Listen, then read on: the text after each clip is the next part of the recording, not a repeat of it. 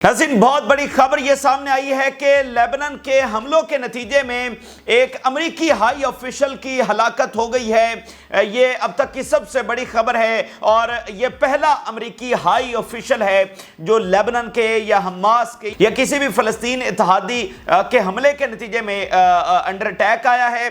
तो इसके ऊपर इस वक्त सबसे ज़्यादा बात की जा रही है, ये टॉप हेडलाइन बन चुकी है। इसके बाद क्या होता है ये अब देखना है। लेबनान के जो और इसराइल के दरमियान सूरत हाल है वो बहुत कशीदा इस वक्त है। इसराइली अस्पताल भरे हुए हैं, मुसलसल हमलों का सिलसिला जारी है और ऐसे हमले जो एक ही बारी में यानी 100 तक मिसाइल जो है वो फायर किए जा रहे हैं। हर मिसाइल साल्वों में 40 मिसाइल जो है वो शामिल होते हैं। तो जगह जगह पर इस वक्त इसराइल में आग लगी हुई है। यही मामूल है कि जगह जगह पर धमाके हो रहे हैं और इस वक्त एक जिसको कहते हैं पाइल अप हो चुका है इनकी हलाकतों का, इनकी डेड बॉडीज का, क्योंकि जितने हमले हो रहे हैं जहां पर हो रहे हैं डायरेक्ट कैजुअलिटीज इस वक्त रिपोर्ट हो रही है। इसराइली मीडिया खुद इस बात की तस्दीक कर रहा है। तो ये इस वक्त की बड़ी एक्सक्लूसिव तफसीलात आपसे शेयर करेंगे।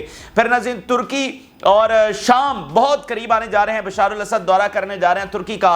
ये इस्लामिक वर्ल्ड में एक हिस्टोरिक मोमेंट है जो आने जा रहा है। इसके ऊपर भी हम बात करेंगे। जिन लोगों ने चैनल को सब्सक्राइब नहीं किया उनसे रिक्वेस्ट करेंगे कि चैनल को जरूर सब्सक्राइब कर लें ताकि हर आने वाली वीडियो आप तक पहुंच सके। नज़ीर, मेरा ख्याल है सबसे पहले मैं बशार अल असद और तुर्की के जो ताल्लुकात बहाल होने जा रहे हैं, ये बहुत बड़ा हिस्टोरिक एक ये लम्हा है, एक बहुत बड़ा हिस्टोरिक ये इवेंट होने जा रहा है इस्लामिक वर्ल्ड के अंदर। इसके ऊपर पहले मैं आपके साथ शेयर कर दूं। नाज़रीन, इस वक्त एक स्ट्रॉन्ग और एक सॉलिड ब्लॉक जो है वो प्यूटन की सरपरस्ती के अंदर एक बनाया जा रहा है, जहां पर एक एक मुल्क जो है उसके ताल्लुकात को रिवाइव करवाने की कोशिश की जा रही है। यानी इस्लामिक वर्ल्ड के अंदर आप देखें ना कि ये जब आप तारीख के ऊपर नज़र डालते हैं तो इस मुसलमान जो वो खुद शर्मिंदा होते हैं कि हमने ये किया क्या है। उनको पता चलता है कि कैसे इबलीसी ताकतों ने जो है ना उनके अंदर तफरुकात डाले, उनके अंदर जो है ना डिवीजन्स की। इतने वसाइल वाले मुल्क और कोई ऐसे सॉलिड झगड़े भी नहीं थे, लेकिन फिर उनमें झगड़े जो है वो डलवाए गए। तो सीरिया और तुर्की स्ट्रेटजिकली एक दोनों की इंपॉर्टेंस, दोनों इस्लामिक वर्ल्ड की बड़ी पावर्स, लेकिन दोनों में जो जिस तरह के मामलात हुए वो फिर तारीख का हिस्सा है। लेकिन अब प्यूटन की कोशिशों के साथ ये जो मुस्लिम वर्ल्ड में यकजहती है, जो मुत्तहद होना है, इसको कायम किया जा रहा है और एक एक मुल्क के ऊपर फोकस किया जा रहा है। बहरीन का ईरान से, ईरान का मिस्र से, ईरान का तुर्की से, ईरान का और सऊदी अरब का। जो देखे ना कि मुसलमानों की तारीख किस तरह से बदल गई है। ईरान और सऊदी अरब के ताल्लुकात जो हैं वो रिवाइव हुए हैं। तो मुस्लिम ब्लॉक जो हैं वो आपस में ऑर्गेनाइज और मुत्तहद होना शुरू हो गए हैं। तो अब नाज़रीन, तुर्की से खबर यह है कि बशार अल असद को वो किसी भी वक्त जो है वो इन्वाइट करने जा रहे हैं और प्यूटन तुर्की का विजिट करने जा रहे हैं। Turkey to invite Syrian President Bashar al-Assad at any moment, Erdogan says. We have now arrived at a stage where if Bashar al-Assad attempts to improve relations with Turkey, we would attempt to take a positive step towards him. We hope Turkish-Syrian relations can be restored to what they once were.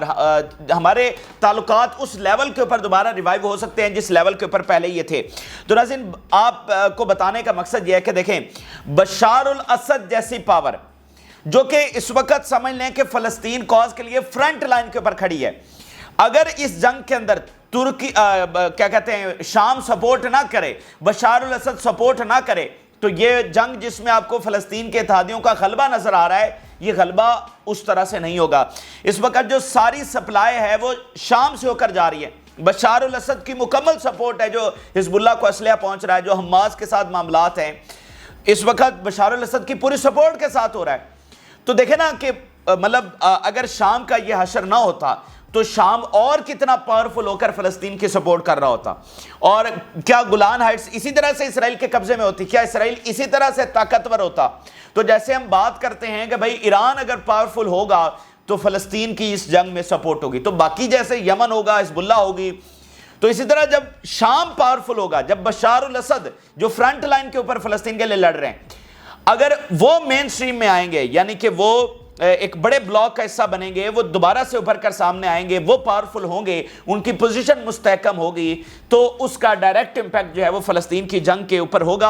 आप देखें ना, ये मुस्लिम world की तारीख में कितना historic है कि ये वही बशार अल असद हैं जिन्हें इस अमेरिका ने कहा था, चंद घंटों का टाइम दिया था کہ اپنا بوریا بستر گول کرو، نکلو یہاں سے، ٹھیک ہے. یہ بشار الاسد وہی ہیں جن کو دھمکیاں دی گئی کہ جیسے صدام حسین کا حشر ہوا ہے ویسا کریں گے. اور یہ جنگیں کس نے چھڑوائیں؟ آپ کو اس کا نہیں پتا کہ شام، عراق، لیبیا، افغانستان یہ جنگیں کس نے چھڑوائیں؟ ٹھیک ہے، تو اسرائیل نے چھڑوائیں. اسرائیل نے جنگیں چھڑوائیں، امریکہ آیا اور امریکہ نے بشار الاسد کو یہ دھمکی دی چند گھنٹوں کے بوریا بستر گول کرو، اور بشار الاسد سٹینڈ کیا. بشار الاسد کے ساتھ پیوٹن آیا، ایران آیا، حزب اللہ آئی، اور بشار الاسد سٹینڈ کیا. پھر اب دیکھیں کہ شام کا ریوائول ہو رہا ہے، بشار الاسد کا ریوائول ہو رہا ہے. وہ عرب لیگ میں واپس آئے، سعودی عرب کا سفارت خانہ دوبارہ سے کھل گیا ہے شام کے اندر، اور اب شام کے تعلقات جو ہیں وہ ترکی کے ساتھ بحال ہونے جا رہے ہیں. تو بشار الاسد کا دیکھیں میٹر کرتا ہے کہ وہ شخص جس کو انہوں نے ارادہ کیا تھا کہ ہم مسل کے رکھ دیں گے، اور چند گھنٹوں کا آپ ذرا فنونیت کا اندازہ لگائیں کہ آج تک شام کے وسائل تو اسی طرح سے لوٹے جا رہے ہیں، تیل گیس نکالی جا رہی ہے. تو بشار الاسد کو جنہوں نے چند گھنٹوں کا ٹائم دیا تھا، آج وہ شخص اتنی پاور کے ساتھ واپس آ رہا ہے. تو ایسی صورتحال میں جب اسلامک بلاک جو ہے وہ ریوائیو ہو رہا ہے، جب مسلمان طاقتیں اکٹھی ہو رہی ہیں، تو وہ جو ابلیسی طاقت ہے اس کو یہ ہضم نہیں ہو رہا. یہ بات ذہن میں رکھیں. اس وقت وہ پورا زور لگا رہی ہیں کہ یہ جو اسلامک پاورز کا ریوائیول ہو رہا ہے اس کو ہر صورت میں روکیں. تو ابلیسی طاقت بھی اپنا زور لگا رہی ہے، اور یہ مسلمان طاقتیں چائنا، رشیا اور کوریا کے ساتھ وہ بھی اپنا پورا زور لگا رہی ہیں. تو اس لیے یہ کروشل ٹائم ہے، یہ نازک ٹائم ہے. دیکھتے ہیں کہ اس کا نتیجہ کیا نکلتا ہے. لیکن یہ بہت بڑی تبدیلیاں ہیں جو اس بڑے پردے پر ہو رہی ہیں، اور یہ ساری تبدیلیاں 7 اکتوبر کے حملے کے بعد شروع ہوئی ہیں. اب ناظرین آپ کے سامنے جو حزب اللہ کی تازہ ترین صورتحال ہے وہ رکھتے ہیں. ابھی ناظرین صورتحال یہ ہے کہ پچھلے 12 گھنٹوں سے ایک نئی لہر آج شروع ہوئی ہے، جس میں دور دراز کے جو ایریاز ہیں وہ انڈر اٹیک آ رہے ہیں، شاپنگ مالز انڈر اٹیک آ رہے ہیں، ان کی سپلائی لائن کا مسئلہ بن چکا ہے، ان کی ڈھیروں ہلاکتیں ہو رہی ہیں، ان کی جو ہے نا ابھی وہ کہہ رہے ہیں کہ ہم نے خوراک کو سٹور کرنا شروع کر دیا ہے، جنریٹرز وہاں پر خریدے جا رہے ہیں. مطلب ایک آدھا اسرائیل جو ہے وہ تو ڈائریکٹ انڈر اٹیک آ گیا ہے. جگہ جگہ پر آگ لگی ہوئی ہے، وہ آگ بجھائی نہیں جا رہی، بلکہ وہ پہلی والی بجھانے میں لگے ہوتے ہیں کہ نئی جگہ پر اٹیک ہو جاتا ہے اور نئی جگہ پر آگ لگ جاتی ہے. تو وہ فائر فائٹنگ ٹیمز ان کی پوری نہیں آ رہی، ان کی کیپیسٹی سے اوپر آگ لگ گئی. یعنی جب آدھا اسرائیل جل رہا ہو، آج میں اس کا ثبوت بھی مزید آپ کے سامنے رکھ رہا ہوں. جو میں آدھے اسرائیل کی بات کر رہا ہوں اس کا ثبوت میں آپ کے سامنے رکھ رہا ہوں کہ جب آدھا اسرائیل جل رہا ہو تو کیسے وہ اس کو بجھا پائیں گے. تو ابھی ناظرین اس نئی لہر میں جو کہ پچھلے 12 گھنٹوں میں شروع ہوئی ہے اور ڈھیروں ان کا نقصان ہو چکا ہے، اس میں سب سے بڑی خبر یہ ہے کہ ایک امریکی ہائی آفیشل جو ہے وہ مارا گیا ہے. یہ اس پوری جنگ میں ایک ٹرننگ پوائنٹ ہو سکتا ہے. یہ بہت بڑا واقعہ ہے. ایک بیس کے اوپر ناظرین اٹیک ہوا اور اس بیس کے اوپر ایک امریکی ہائی آفیشل بھی موجود تھا جو اس کی زد میں آیا ہے، جو کہ انجرڈ ہوا ہے، اور ظاہری بات ہے کہ سیریسلی انجرڈ ہے. یہ ابھی تازہ ترین خبر ہے، یعنی اس کی کیجویلٹی ہوئی ہے اور وہ بتایا جا رہا ہے کہ وہ مطلب ہوپ لیس انجری ہے کہ وہ بچے گا نہیں. اسرائیلی میڈیا اس کو رپورٹ کر رہا ہے. One of the wounded at Yokantan base in the north is a member of the official American delegation that visited the place while a soldier was hopelessly injured in the incident. The total number of wounded in the north is 4, an American and 3 settlers. وہاں پر attack ہوا ہے 3 settlers اور 1 American جو ہے وہ اس میں اس کا نشانہ بنائے ہیں. اور اس میں ذرا غور کریں، سیٹلرز بھی اس میں آ رہے ہیں، یعنی اب سویلین ان کے جو انفراسٹرکچر ہے اور سویلینز ان کے ہیں، مطلب ان کے سیٹلرز جو ہیں وہ بھی اس کا نشانہ بن رہے ہیں. سویلینز اب نشانہ بننا حزب اللہ کے حملوں کا شروع ہو گئے ہیں. 3 سیٹلر اس میں زد میں آئے ہیں اور 1 امریکن ہائی آفیشل. اب امریکہ اس کو کس طرح سے رسپونڈ کرے گا، اس کا کس طرح سے جواب دے گا. اور دیکھیں امریکی فوج جو آئی ہوئی ہے وہ ادھر یروشلم میں بیٹھی ہوئی ہے، وہ وہیں تل اویو میں بیٹھی ہوئی ہے. یہ بات نوٹ کر لیں، وہ یروشلم اور تل اویو میں بیٹھی ہوئی، وہاں سے فی الحال نکل نہیں رہی ہے. اس کو یہی خطرہ ہے کہ اگر ہم وہاں کسی بیس میں جاتے ہیں ادھر نارتھ والی سائڈ پہ تو کسی بھی بیس کے اوپر اٹیک ہو سکتا ہے اور ہمارے فوجی مارے جا سکتے ہیں. اس حملے کا بہت امپیکٹ ہے. یعنی وہ امریکی فوج آلریڈی ڈر کے مارے 2 شہروں میں محدود ہو کر رہ گئی ہے، حالانکہ وہ بچانے اسرائیل کو آئی ہوئی ہے، بچانے ڈیفینڈ اسرائیل کو کرنے آئی ہوئی ہے، لیکن اس کی فی الحال ہمت نہیں بن پا رہی. تو اس حملے کے بعد تو امریکہ میں اور پریشر بڑھے گا. آپ کو ہم رپورٹ کر چکے ہیں آن ریکارڈ کہ American intelligence officers, American pilots, American army officers اور سولجرز وہ اوپنلی آ کر میڈیا پہ کہہ رہے ہیں اور ذرائع کے ذریعے بھی اپنی خبریں جو ہے وہ شیئر کر رہے ہیں کہ ہم बाइडन इंतजामिया की पॉलिसी से एग्री नहीं कर रहे हैं, जो इसराइल के जेनोसाइडल वॉर को सपोर्ट कर रहे हैं। तो जब ये वाली खबर अब पहुंच रही है अमेरिका में कि वहां पर अमेरिकन ऑफिशियल इसकी जद में आ गया है, तो वहां पर और किस तरह का प्रेशर आएगा कि आपने अमेरिकियों को वहां पर इसराइली जंग में मरवाने के लिए भेजा हुआ है। इसराइल ने तो कभी एक फौजी भी आपकी जंग में नहीं भेजा, और आपने पिछले 40-50 सालों में जितनी भी जंगें लड़ी हैं सारी इसराइल के लिए लड़ी हैं। अफगानिस्तान वॉर, इराक वॉर, शाम वॉर, लिबिया वॉर, ये तारीख का हिस्सा है। और आज जो अमेरिकी दानिश्वर हैं वो इसके ऊपर लिख भी रहे हैं कि इसराइल अमेरिका के ऊपर एक लायबिलिटी बन चुका है, एक बोझ बन चुका है कि अमेरिका उसकी जंगों में जाता है, ट्रिलियंस ऑफ डॉलर्स का नुकसान करवाता है, अपने फौजी मरवाता है, अचीवमेंट कुछ भी नहीं है। बल्कि इन्हीं जंगों की वजह से आज अमेरिका कमजोर हो चुका है। अगर ये जंगें उसने ना छेड़ी होती, यानी इन पिछले जंगों में उसका $9 ट्रिलियन का नुकसान हुआ है, तो किसने छिड़वाई ये जंगें? और अमेरिका ने अफगानिस्तान से क्या अचीव किया? क्या उसकी फतह हुई? कुछ भी नहीं। तो ये इंपैक्ट है। अब देखते हैं कि इसके ऊपर आगे क्या तफसीलात जो हैं वो सामने आएंगी। अच्छा, अब नाज़रीन जो अगली एक बड़ी उनको परेशानी है इसराइल को, और जो बहुत बड़ा नुकसान हो रहा है जिसका हल उनके पास कोई नहीं है, चाहे वहाँ पर वो कोई भी एयर डिफेंस लगा दें, चाहे वो लाखों की फौज वहाँ पर खड़ी कर दें, चाहे जो मर्जी कर ले, उसका इलाज है ही नहीं। और ये इसराइल के लिए सबसे बड़ा दर्द सर बन गया है, वो है आग। जगह जगह पर लगती हुई आग, जिसके नतीजे में सेटलमेंट्स भी आ रही हैं, जिसके नतीजे में फैक्ट्रीज भी आ रही हैं, जिसके नतीजे में शहर के शहर आ रहे हैं, जिसके नतीजे में बेसेस भी आ रही हैं, स्ट्रेटेजिकल साइट्स भी आ रही हैं। और अभी नाज़रीन एक कलेक्टिव रिपोर्ट ये सामने आई है कि इतने एरिया के ऊपर आग लगी हुई है जितना तिल अवीव का एरिया है। जी हाँ, ये सबूत आपके सामने रखने जा रहे हैं कि तिल अवीव और उसके बराबर के कुछ और शहर, इतने बड़े एरिया की जो इलाके हैं उनके ऊपर आग लग गई है और वो जलकर राख हुए हैं। Israeli media, an unprecedented fact, एक इंतहाई गैर मामूली फैक्ट जिसकी कोई मिसाल नहीं मिलती।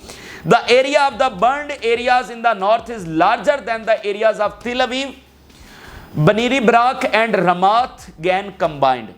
3 बड़े उनके शहरों को मिलाया जाए तो वो कह रहे हैं कि नॉर्थ का जितना एरिया जलकर राख हो गया है, जिनके ऊपर आग लगी है वो वाले नहीं, जो जलकर राख हो गए हैं, वो इतना बड़ा एरिया है कि जितना ये 3 हमारे बड़े शहर हैं, इंक्लूडिंग तिल अवीव उनका दारुल हुकूमत। और अगली खबर देखिए, according to the data from the nature and parks authority, about 1,04,679 dunams have been burned since the beginning of the year in the areas of the north। अब ये डुनम्स उनका एक पैमाना है ज़मीन मापने का, जैसे हमारे यहाँ एकड़ होते हैं या मुरब्बा मील होते हैं, तो डुनम्स वहाँ पर कहा जाता है। 1,04,689 ये वो बता रहे हैं। इतना बड़ा एरिया जो है वो अंडर फायर आया है, जिसके ऊपर आग लगी है, हैव बीन बर्न्ड, जो जल के राख हो गया है। पहले उन्होंने शहरों के साथ कंपेयर किया, फिर एग्जैक्ट वो नंबर्स दे रहे हैं, एग्जैक्ट फिगर दे रहे हैं कि इतने मुरब्बा मील के ऊपर जो एरिया है वो जल के राख हो गया। तो आप खुद इस बात का अंदाजा लगा लीजिए, ये है हिजबुल्लाह की पावर। ठीक है, ये है वो चीजें जो हम आपको कहते हैं कि इसराइली मीडिया सारी चीजें रिपोर्ट नहीं कर रही, लेकिन इस तरह की एक कलेक्टिव रिपोर्ट में हम छानबीन करके अंदाजा लगा सकते हैं कि एक्चुअल नुकसान कितना हो रहा है। जब इसराइली आर्मी कहते हैं कि हमारा तो बस ये कोई इक्का दुक्का फौजी जख्मी हुआ है, तो जब इतने मुरब्बा मील के ऊपर आग लगी और वो शहर के शहर, सेटलमेंट्स के सेटलमेंट जलकर राख हो गई, बेसिस की बेसिस जलकर राख हो गई, तो वो सारा मतलब वहां पर आपको कोई नुकसान ही नहीं हुआ।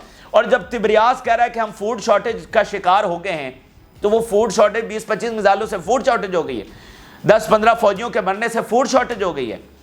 तो आधा इसराइल जो है वो इनके लिए अनएक्सेसिबल हो चुका है। ये अपना कंट्रोल वहां से खो चुके हैं, अपनी ट्रेनें बंद कर चुके हैं, अपने रोड्स बंद कर चुके हैं, इनकी फौज की सप्लाई लाइन मुतासर हो चुकी है, और इनमें हिम्मत नहीं है कि वो फ्रंट लाइन के ऊपर जा सके। और ना अमेरिकी फौज जो स्पेशल फोर्सेज आई बैठी हैं इसराइल को डिफेंड करने में, फिलहाल उनमें भी जिगरा नहीं है कि वो यरूशलेम और तिल अवीव से बाहर निकलें। अगली खबर जरा देखिए, इसराइली मीडिया रिपोर्ट कर रहा है, fire fighting teams and 12 aircraft are working to control the fires that broke out in the upper and lower Galilee. 14 fire fighting teams और 12 एयरक्राफ्ट इस वक्त काम कर रहे हैं, सिर्फ अपर और लोअर गलीली के एरियाज हैं जहां पर अभी अटैक हुआ है। ताज़ा तरीन हमले जहां पर हुए, 14 फायर फाइटिंग टीम्स और 12 एयरक्राफ्ट जो है वो काम कर रहे हैं। तो इस नुकसान का अंदाजा आप खुद लगाइए। फिर Israeli media, 3 injuries including a serious injury as a result of an anti tank missile in the western Galilee. Western Galilee के एक एरिया में सिर्फ एक एंटी टैंक मिसाइल फायर हुआ, 3 इंजरीज हुई, जिनमें से एक सीरियस इंजरी है। अच्छा, इसके अलावा उनका रिजर्व कर्नल क्या कह रहा है? Continuing the war for 9 months is a serious failure in this management and maintaining the security belt in the north with 70,000 displaced people who do not know when they will return is a resounding failure. Reserve colonel कह रहा है कि ये हमारा total failure है कि हमारे लोग भी निकल गए, तबाही भी हो गई, डेटरनेस भी खो गई, और हमें पता भी नहीं है कि हम वापस कब जा सकेंगे। ये लोग हमारे, और ये जो निकले हुए हैं सारे इवैक्यूएटेड हैं, इनका बोझ भी, इकोनॉमिक बोझ भी इसराइली हुकूमत उठा रही है, क्योंकि ये होटलों के अंदर रिहाइश पजीर है, इनको माहाना खर्चा भी दिया जा रहा है, तो वो बोझ भी इसराइली गवर्नमेंट के ऊपर है। और धब्बा अलग से है, देखें, जब तक ये लोग इवैक्यूएटेड हैं, इसराइल को एक शिकस्त के तौर पर ही देखा जाएगा। उनकी फतह तब होती है कि वो इसराइल के वो हिजबुल्लाह के हमले रुकवाते और अपने लोगों को वापस भेजते। अब ये जो सारे उधर से निकलकर सेंट्रल इसराइल में और तिल अवीव में आकर आबाद हुए हैं, तो वहां पर एक पूरी खौफ की फिजा है कि भाई अगर ये निकलकर यहां पर आ गए हैं, तो अगर मिसाइल तिल अवीव तक पहुंचे तो तिल अवीव वाले निकलकर कहां जाएंगे? मुझे बताइए। अब वहां पर यह खौफ है कि भाई अगर उनको निकलना पड़ गया तो तिल अवीव वालों को भी तो निकलना पड़ सकता है। तो अगर तिल अवीव वाले निकले, हाइफा वाले निकले, तो वो निकल कर कहां जाएंगे? और वो वक्त दूर नहीं है, इसलिए आज वो कह रहे हैं कि ये हमारा फेलियर है। फिर army not qualified for long Wars, Lapid says calling for cease fire. Israel का अपोजिशन लीडर, जो कि ग्रेटर इसराइल का हामी है, जो कि फलस्तीन का हिमायती नहीं है, जो कि 2 रियासतों का हिमायती नहीं है, क्या कह रहा है कि army not qualified for long wars, हमारी आर्मी इस काबिल ही नहीं है कि वो लॉन्ग वार जो है वो लड़ सके। फिर इसराइल में जो शॉर्टेज ऑफ असलहा हो चुकी है, उसकी भी जरा आज रिपोर्ट देख लीजिए। Israeli aggression bogged down by shortages as talks of Israeli aggression against Lebanon gain traction in occupation circles, fear grows over the readiness and stockpiles of Israeli occupation forces. के जो खौफ है वो बढ़ता चला जा रहा है। Report by Israeli broadcaster Channel 12, the occupation's military is experiencing a really dangerous situation. इस वक्त इसराइली आर्मी बड़ी डेंजरस सिचुएशन के अंदर है, in which it suffers from shortages affecting various equipment, जिसमें इसको बहुत सारे variety of equipment जो है शॉर्टेज हो गई है। The Israeli military command has been denying such claims in the past week. Israeli army in claims को डिनाई करती रही है ताकि मोरल डाउन ना हो। However, a recent extensive internal investigation has proven otherwise.